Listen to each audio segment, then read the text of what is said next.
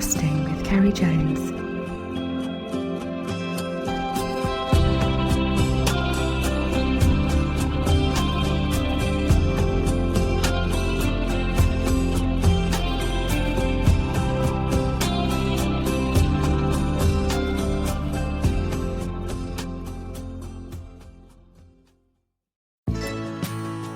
Hi guys, and welcome to this week's podcast.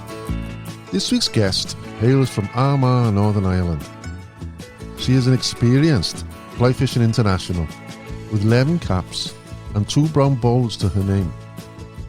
She tells us how it all started, plus how fly fishing helped her through cancer, plus gives advice on women wanting to get into the sport, and tells us her top flies which have brought her success on the international scene.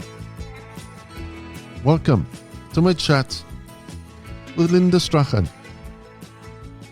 Well, many thanks for eventually getting together and having a chat. Yeah, we first talked about it, might have been nearly a year ago. So how has your season been? Well, it's been quiet this year so far. We've had no Ladies International this year, so it's mostly been spent helping Sonny get his fishing sorted, and also he's doing a lot of theatre stuff this year. So this year hasn't been that eventful fishing wise. It has been more so for Brian, but myself has been. I'm sort of I'm aiming for next year mostly. Next year I'm vice captain for the Irish team. So you're based in Armagh? That's right, yes, where I've been born and lived all my life. So where is your local water? It's usually the local river I would go to, and then I would have Emmy Loch just not very far from me. All right. So you would have done a fair bit of fishing in Dungannon Park Lake, and then down in the banks down Woodford, and then boats in Emmy mostly. Right. But because you're known, I suppose, on the competition scene as a loch-style angler, I didn't realise you fished the rivers as well. I love the rivers, I have to say. I love the rivers. Mostly the River Callan just beside me, because you finish work and you can pull the waders on and be down in 5 minutes. It's great. You're definitely great fun. You know, it's a good learning. Yeah. But it's just getting away from all the stress of work and everything else. It's just. Well, before we get on to the competition side, which you're known for and you're successful at, Am I? do you get much time for actually pleasure fishing? Yes and no, because even I do enjoy pleasure fishing, but I always like to get a wee element of even if it's only just me and Brian and Sonny, we still have a competition as to who's making the dinner. Oh, Loser right. makes the dinner. The last time we actually met was probably about 10 years ago, I think. But when I was thinking about this. Yeah, it was the international at Loughlin, and I was coach for the Welsh ladies team. And you drew one of our team members, Sandy Bevan, yeah. Yeah. That's and good crack. You had a good day, didn't you? Yeah, I had a good day in the end. Was top broad in the end with 13 fish. But it really didn't start off that way, because the night before I had no sleep. I was so nervous. I was sick the whole night, and I mean violently ill the whole night. Really? Couldn't make it down for breakfast. Yeah, couldn't make it down for breakfast at all. Our coach at times, Dennis Cronin, and the girls the rest of the team was just saying, no, Linda's a no. And I don't know how I got myself dressed, got down to the garage with the rest of the team, and I went in. I thought the only thing I can face now to try and keep in my stomach or anything else is water and a banana. And then, so I packed and I put the banana on the boat, which is something you just don't do, but had the banana, had a great day, got the first fish in the first hour, and that just settled everything. Are you always like that? Are you always nervous before the international? I used to be, but now I've done it. I've 11 caps now, so I'm okay now. But I used to be really I didn't even know it was nerves, because I just felt a real sickness. Yeah. But now, no, I'm grand now. I've probably, because I've been on both sides. I've had the brown bowl twice, and I've blanked in internationals as well. So that's good going. 2 brown bowls in 11 caps. Yeah, I mean, that's only down to the team anyway. You know yourself. The team does the practice. and we're in it together. We've been, with that we had the silver medal as a team and a gold those two occasions. So it's down to everybody. How did you get into the competition fishing?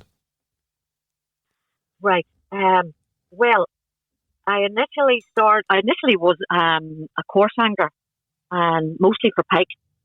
And I'm talking about 35, starting maybe 35 years ago. And then I became the secretary of a large club, 50, 60 pike anglers. And we would have went out on a weekly basis every week, every Saturday. And we would have 2 rods each out on there just seemed to be a shortage of pike. We weren't catching. You could have had 40 anglers on the lakes and nobody catching. And it just sort of went really quiet.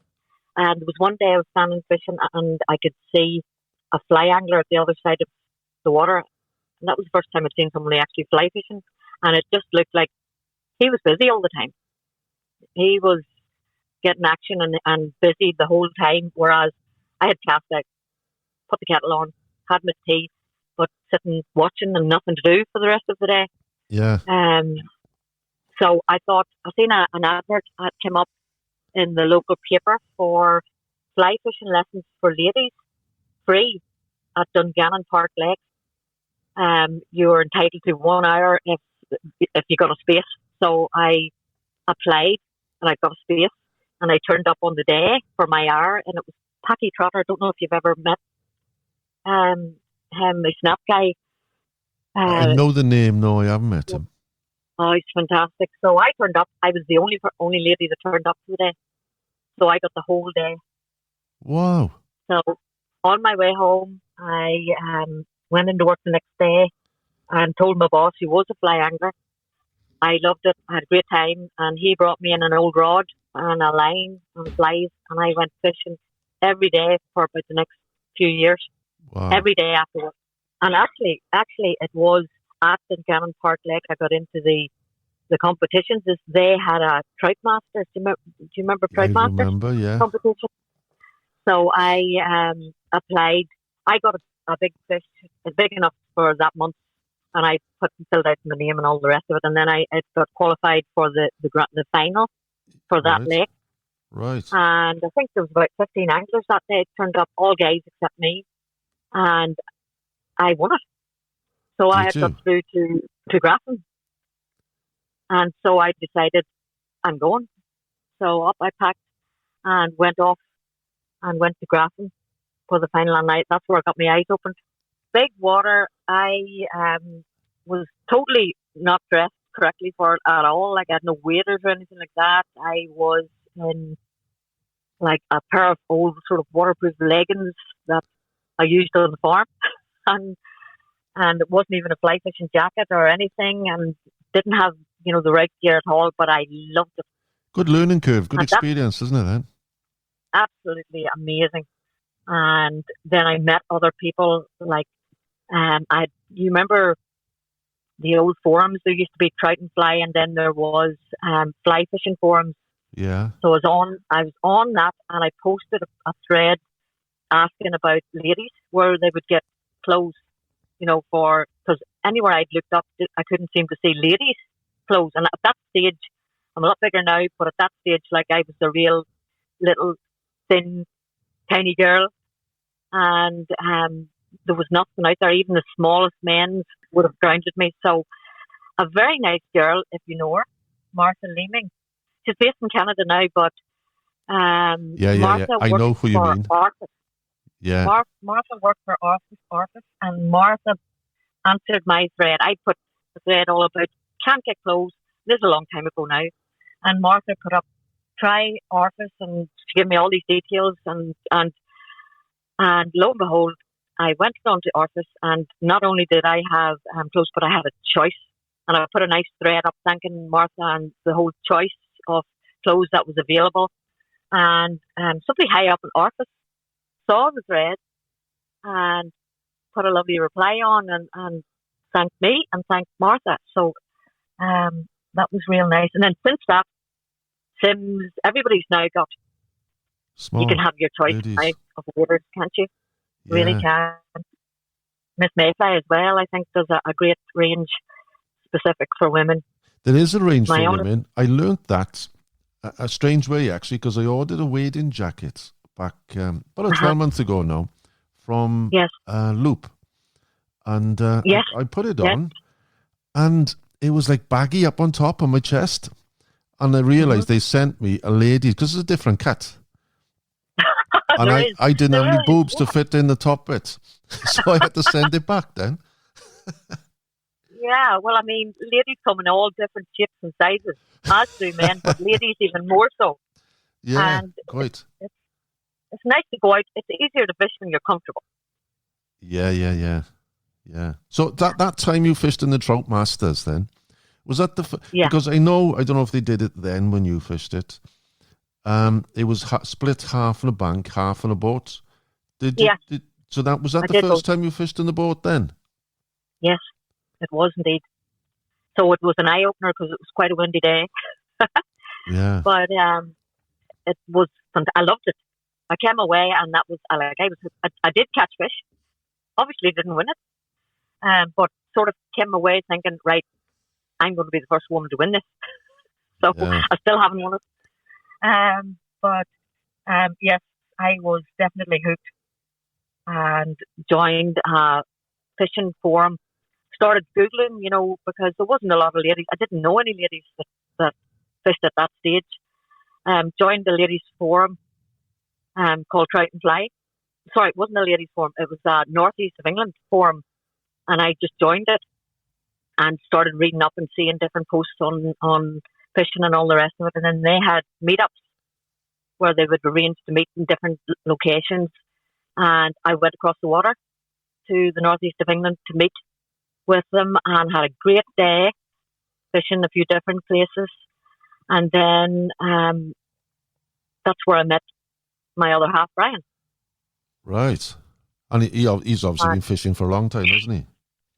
Well, he has been fishing, yes, he learned with his father when he was young.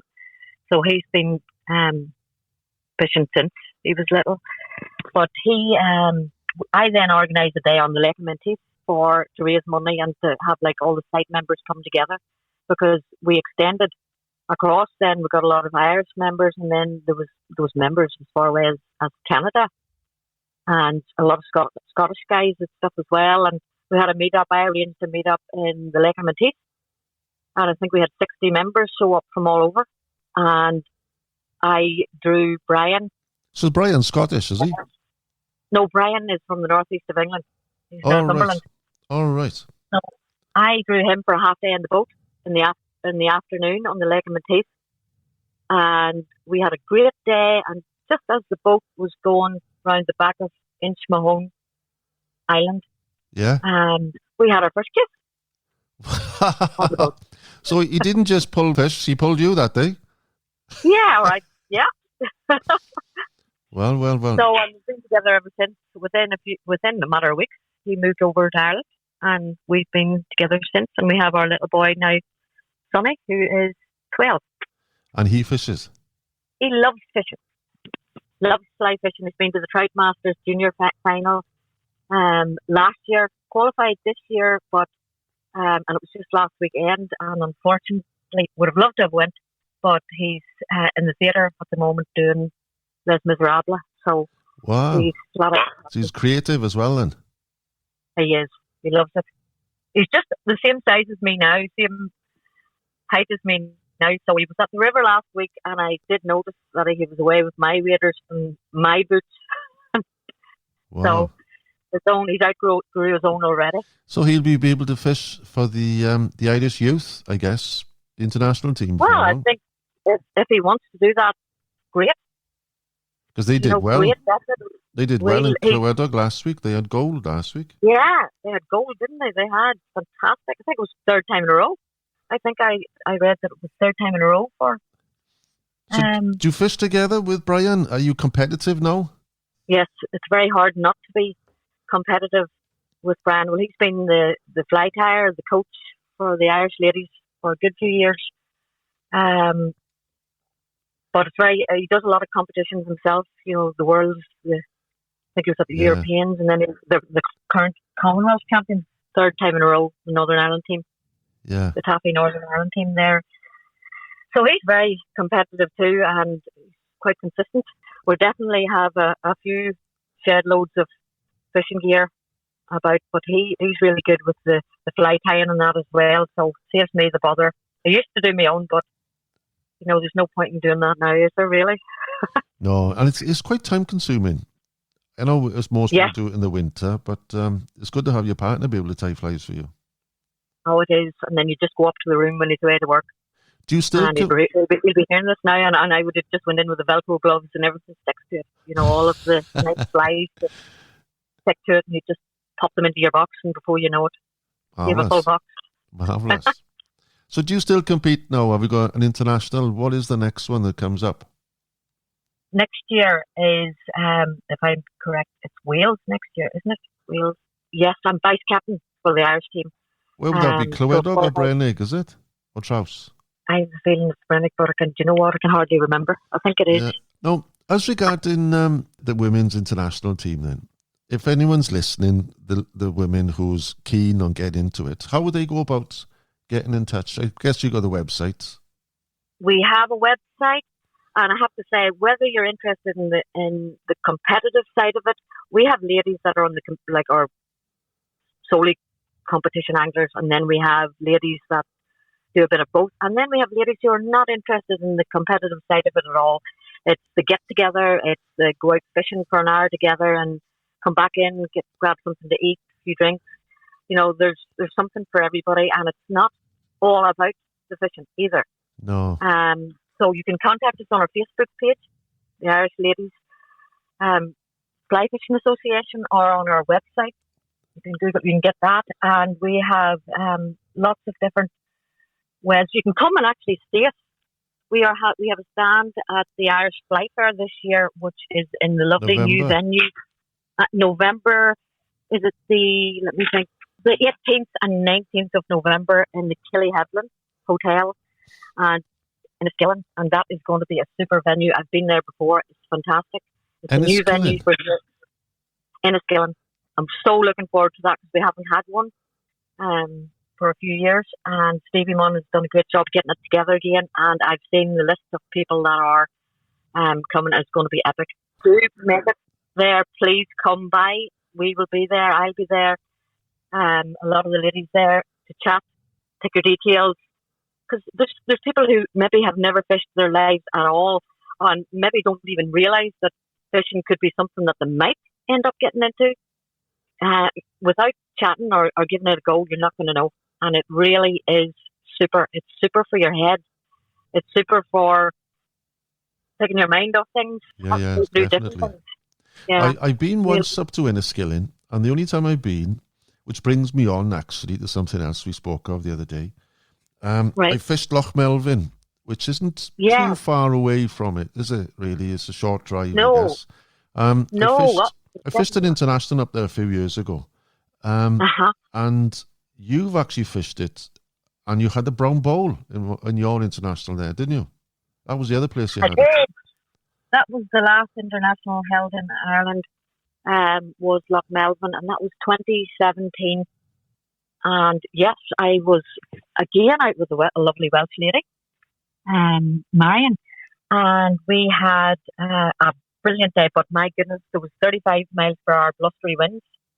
It was, and we were out in the open. Yeah, it is quite an open water, isn't it? And it's nice that the fish are out in the deep as well. You don't have to worry about hugging islands there or the shallows, because you've got these sonic in there, and it's good sport, but it does get quite bleak there. In fact, I think it can be difficult. Yeah. I was lucky enough to get the brown bowl there, yes, and mine was unlucky because she rose quite a few fish too. And actually, I think the day before the final, there was a Scottish lady, the very lovely Kathleen Shepherd, had an 8-pound brownie, if I remember, and it was amazing. A really good photo. You should look that up, that photo. That's fantastic. That's a special fish from anywhere, let alone Melvin. You're right. Yeah, because I think she had her first Straghan, her first Dullahan, and then the 8-pound brownie all in one day. She had some day. She's probably just had it a day too early. Yeah. Well, funny, similar thing happened to me on practice day. I had a salmon on a green Oh, Peter. wow. The day before the Uh-huh. international, it was. I always remember it was £7.10. It was, and I was so chuffed Yeah, of it. yeah. But Yeah, well, Kathleen's was an £8, if I remember. yeah, And there's a cracking photograph of it. Lovely. you were telling me then, and when you came back, shortly after you came back from being on a high, having a bron Melvin. bowl in Melvin, you had a bit of Yeah. bad news. Yeah, I mean, it was only a matter of weeks after. And I had this lump in one of my breasts, and I went for a mammogram just to check everything was okay. And had the whole mammogram and was in the consultant's office afterwards. And she had said, she had actually got up, shook my hand, said, "Well, Linda, I'm sure you're glad to hear that the lump's nothing. It's fine. There's nothing to worry about. Again, if you have any lumps in the future or anything, then make your appointment with your doctor and get seen and come through and always get it checked." Yes, no problem. Thank you very much. Opened the door to walk out, and there was a nurse at the door waiting to come in.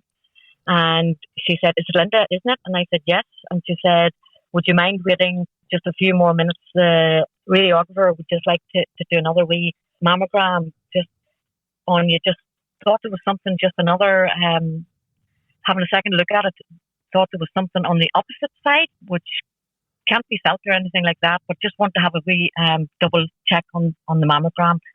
And they did another mammogram, and there was no lump whatsoever.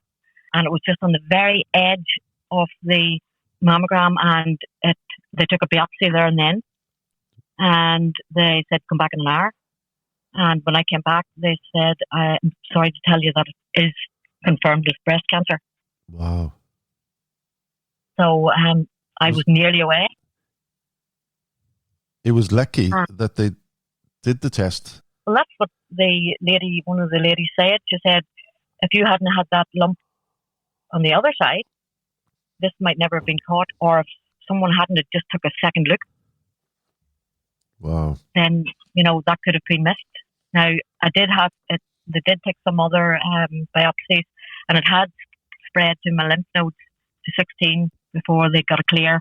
Wow. So I did have to have the chemo. It started Christmas, was it Christmas Eve?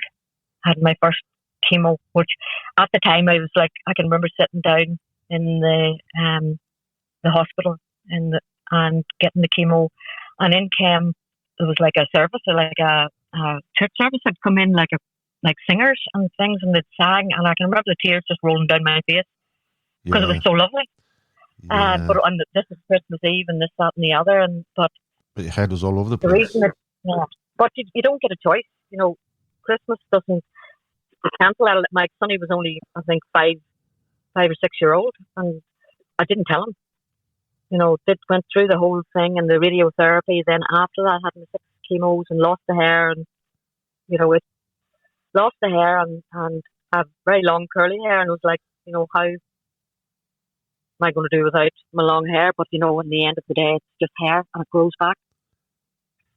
Yeah. The day after I finished my radiotherapy was next May. I had a date in my head the whole time that I'm going to next year. I had qualified already for next year's international by, the top 4 anglers qualified for the following year from one international to the next. So I was determined I was going, but I didn't want to be going making up the numbers. I wanted to be going and giving it my all. So I fished throughout the chemo, when I could. Don't get me wrong, those days I got up and got myself ready and then sat in the chair and fell asleep.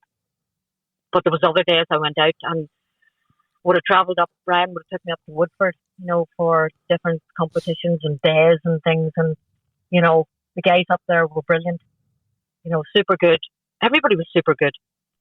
And then the day after I finished my radiotherapy, I ran a 5K. And, well, when I say ran, it was a very slow run. But, and then the next month, I went to the international in Wales, and the lovely ladies of all countries stood up, and the boatmen stood up and gave me a standing ovation. Fantastic. Which definitely brought a tear to my eye. It was just an amazing feeling just to be there. Yeah. But I mean, I did go out in the boat with the wig on every day because I was very conscious, of, some people suit having no hair, and some people don't. Yeah. And I just felt like I needed it, but it was that windy. I knew I was going to lose it. It was going to keep going down the down the leg, and I'd probably get disqualified for fishing an oversized lure. So Did it stay on? I just took it off. No, I took it off in the end. By that stage, it was over. And the ladies were fantastic, and there was no, the ladies, the guys are just amazing. That's Came quite back a and thing. again. Yeah, that's quite a thing, because actually fishing an international or fishing a full day in a boat, pleasure fishing, is quite physical. It's quite hard to take, let alone if you're ill. You know yourself, you have the week and a half practice days beforehand where you're hours in the boat or whatever, although coach and everybody else do what you can in it, do what you're able to do. Don't push yourself. We have that many nursing staff on the Irish ladies. I felt safer there than anywhere else. Yeah. Do you know what? That way. Your story where you said Christmas Eve you were in hospital, it reminded me, my father was in hospital Christmas Eve, and he had the same thing, he had cancer, and we were visiting him this Christmas Eve, and when we were there, carol singers came in, and everyone filled up, and but my father started to shed a tear, and then the nurse came over and said, "I'm so sorry." I said, "That's all right, he just thinks they're collecting for money." Oh, excellent. But, yeah, well, it's strange because you've experienced both sides, haven't you? Because there was something. I spoke to Sue Shaw on the podcast about a year or two ago now, actually, and she was talking about casting for recovery. Lovely lady. You did something with that as well, didn't you? And you raised some money. I did. Well, it was the least I could do. That is a fantastic thing, the Casting for Recovery. Sue Shaw and Sue Kidby, the late Sue Kidby, two fantastic ladies that ran Casting for Recovery. And I was asked through the wonderful Kenny and Catherine that ran Brook Hall Trout Fishery, I was asked to come and help as one of the helpers for a retreat they were holding there a number of years back. And Brian and I both went along, certainly, and went and helped out as one of. So we each had a lady to help show these ladies that all had breast cancer and were in recovery. And the exercise, as I'm sure you know, of casting is just perfect for the recovery of people who have had their lymph nodes removed, because you get a lot of tightening and like thing, your arm. You need to do the exercise to try and break those. Get the muscles going. Yeah, but the action of it has been advised that it really, and you're doing the exercise without knowing it. Sometimes you get given exercise to do at home, and you do a couple, and you think this is boring. But if you're fishing, you're doing it, and you don't even realise you're doing it. Yeah. But I helped out anyway, and met some lovely ladies that had breast cancer at the time, and I'm still friendly with those ladies. And then off we went. And then once I had the breast cancer, I had heard there was the retreat going on in Mount Falcon. And I spoke to Sue. I would consider the Sues were friends. And I spoke to them and said, I suppose I couldn't really put a form in because it's not really for me. But Sue said, no, you put a form in and you'll be judged just like you'll have the same, it'll be done the same as everybody else. And I was lucky enough to get a place. And when I went to it, I was the other side this time. So met the likes of Catherine and Dennis Cronin and Sue again and the wonderful ladies that come along and went through the whole process and seen that side of it, which is not just the fishing, it's the mental side of it. It's a little bit of yoga, a little bit of, flight time, the whole thing. Just fantastic. Just a real bonding session where you're meeting ladies that have the same issue. Yeah. And you're bonding, you're having a bit of crack. And, not all those ladies are here today, but a lot of them still are and are really good friends, and they are living life. Some of these ladies are traveling the world and doing the most awesome things that you could hardly believe. It just sort of lets you say that you need to, people really should live their life. Don't put everything off till tomorrow. It's good to hear your story. You're inspirational, and hopefully somebody can take something from this now. Well, one of the plus sides I never got to just mention in there of having the wig, which at the time I thought, how am I ever going to cope with this? But nothing when you think about it going back. But The final night dinner, as you know, probably, Ceri, whenever you fish for a week or a couple of weeks non-stop every day, and you're coming in off the boat after like 8 hours of the wind blowing in every shape and direction, and when you've got long hair, curly hair like mine, it has to dry naturally. When you come off, it's just unreal, the shape of the hair. But my final night, all I had to do was pick my lovely wig off the stand that was sitting immaculate and pop it on my head. And I never looked as well The best you in looked. my life as what I looked that night. The hair wasn't the hair out of place. Wow. Have you got any Yeah. goals for this year now? For this year, well, I would love to fish. The next ladies' trial is on Loch Con in a few weeks' time. I would love to fish it. I don't know that I'm going to be able to, just with helping Sonny get sorted for the theatre, up and down to Belfast every day. All right. But if I even have to put off this year, then next year is my year, touch wood. I really would love the Irish ladies to be taking home the gold Right. medal next year. That'd be nice. That, can't wait for lovely whales. Like, can't wait just to get back and see everybody, because yes, we're all super competitive, Yeah. but all countries get on so well. They get on so well. You're meeting people that are friends. Fish the Commonwealth with some of these ladies, and then I haven't seen some, since the international a few years ago. And you see them every year, and you sit and have a drink with them, and you have a bit of crack, and then competition day comes, and it is hell for leather. Like, there's no best friends in the final day. It's like I'm here for myself, no matter what anybody says. You saying Loch Your Con? country. I was hoping to fish Loch Con last year, but it was blown off. It was so strong, the wind, that no boats were able to go out. So hopefully that's another lake. There's so many places I want to do, and it's just not enough time to do it. I had a chat with Julie McGeever on a podcast a few months ago, and she lives near Loch Con, Foxford, doesn't she? I guess she'll be fishing Loch Con then as well. Oh yeah, I think she probably will be now. I would say, why would you not beside her? Fished with Julie several years now, several internationals. She was in both those. But when we were in Carroll Lake, when we were for the international, I was out with Julie the day before, and when she was getting out of the boat, she accidentally stood in my rod and broke it. Oh no! So how did you manage? Oh God, love her. She didn't know she'd done it at all. But Julie was devastated she'd done it, and obviously offered to replace it and all the rest of it. But it worked out fine, because I got the brown bowl then. But adding to that, it was the 13th of June, which was my granny's birthday. 13 is always a lucky number for me. Both 13, I got 13 fish, and there's 13 ladies fishing on the Irish team. There was all these 13s, and it was my granny's birthday on top of that. The same thing happened to me in Melbourne when I won the brown bowl. About 10 minutes before the competition started, I was tacking up, and I had my rod. I don't know if this has ever happened to anybody else, or whether I'm just lucky or unlucky.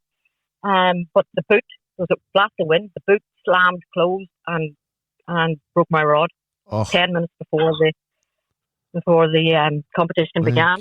So now I know if I get a broken rod, there's a chance something good could happen. Yeah.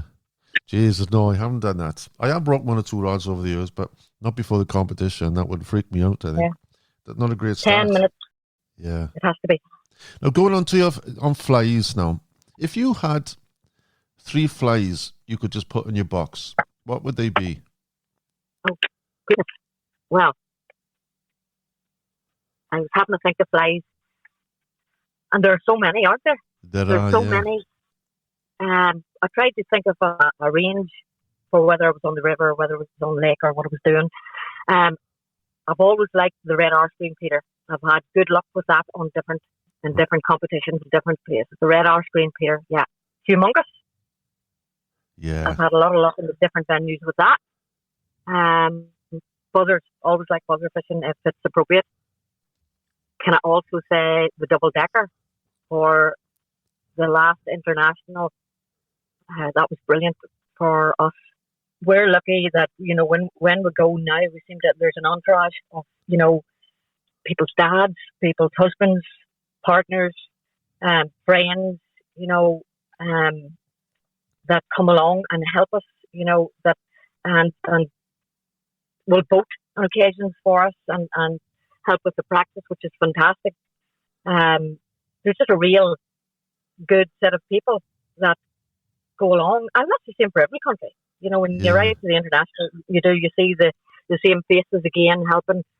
Our manager for the last number of years was Kev Denning, who has been a long time friend of mine. I've known him for 15, 20 years, and he has helped me over the years, as has Brian. Like one of the flies he gave me many, many years ago, right from my first sort of competitions, Sunburst Club. Really? Just at different times when you just need something in the box that's just has worked everywhere for me. It's more of a rainbow fly, isn't it? You won't catch. Have you fished it for prawns? No, that's. But you got to remember, Ceri, like we fish, 3 of our internationals are held on rainbow waters. Yeah. So when you're going across the water, like to have something in a that fits the gauge that's in the box, just something that you have when you're going across the water or when you're going to still water here, I would have it. A lot of people may not admit to it like that, but I definitely would have a Sunburst Club. The good thing is the other fly you mentioned, the humongous, that's equally good for both rainbows and browns, I found. It's absolutely. And that's one that I would definitely use in the like of Emmy Lock and that, beside me, which is the rainbows, has browns, because, or Loch Lean in Mullingar, you want a trout. The trout is counting. It doesn't have to be brown, it doesn't have to be, on those waters. So the other one on the river, an Evans parachute, just an all-rounder, just like a single dry, size 18, just one in the box. Yeah. That you could go to any river and just stick it on. They're as good as any, I would say. I don't do a great deal of river fishing, to be honest, but occasionally I do. I wanted something small yesterday. I went up to a local lake yesterday up in the mountains here. There's a Lake Lynvawr. And there was a flying ants hatch. Oh, it was unreal. Yeah. They were like, and I noticed them when I came home. I was going on social media. And there was lakes all over the place. It must have been the temperature in Wales. There were Llynclywed dog. There's a few of them. And they were just like carpeted with these flying ants. But the problem is then, I don't know, you probably got them in Ireland over there as well. But I find when they're on the ants, you've got to, at the start of the hatch, you'll catch. But once the hatch is in full swing, then they just like hoovers on the top, sup in. You haven't got much chance of catching then. Well, going on to this season now, the season's running away with us. It's it's practically another month or two. It'll be over, and I'm coming over on Wednesday for a couple of weeks. So I'm going to go to spend mainly in Corrib, but I'm going to go to Lacharo. Maybe Sheelin as well. But Sheelin, I won a lawnmower in Sheelin. Did you? I came third, I think it was, a few years back in the Sheelin Open. Wow. And I won a state-of-the-art lawnmower. That's the second lawnmower I've won. I could do the strimmer. Well, we'll have to, that's what I thought. I was hoping for the boat. I'm aiming for a boat. I think mainly, I will be fishing next week, but I think the main thing, my boat needs some TLC. When you go over every couple of months, you don't really spend time on it. So I do need some paint and sandpaper this week now to get over and give it some love, really. You have to keep on top of these things, before it goes too far. I feel like. Definitely. Well, many thanks for chatting, and I'm glad we eventually got together. But before I sign off, there's one question I want to ask. Where would you want to be to make a last cast? That's probably an easy one for me. Probably the leg of my teeth at the back of the Inchmahone Island with Brian. And sunny. Wow. In boat. Just back to where it all started. That's lovely. Whether Brian would want to be there, I don't know. Oh, I'm sure he would. Well, many thanks, Linda. Lovely talking to you, Ceri. I'd love to meet you again in person and bring your good lady. And if we can get her living a couple of years here, she can go on the ladies' team. I did actually tell her that last night. I made her belly laugh. Well, I'm serious. I am serious. Thanks, Linda. All right. Cheers. See you Bye. Bye. Bye-bye. If you've enjoyed this podcast, and want to listen to more, please consider becoming a Patreon, where you'll get weekly podcasts and access to over 140 episodes, behind the scenes photography to go with each episode, plus other exclusive content and prizes. To become a Patreon, visit patreon.com/casting with Ceri Jones, or you can find the link on my website, castingwithcerijones.com. That's all for now. Tight lines, and may they always be up in the wave.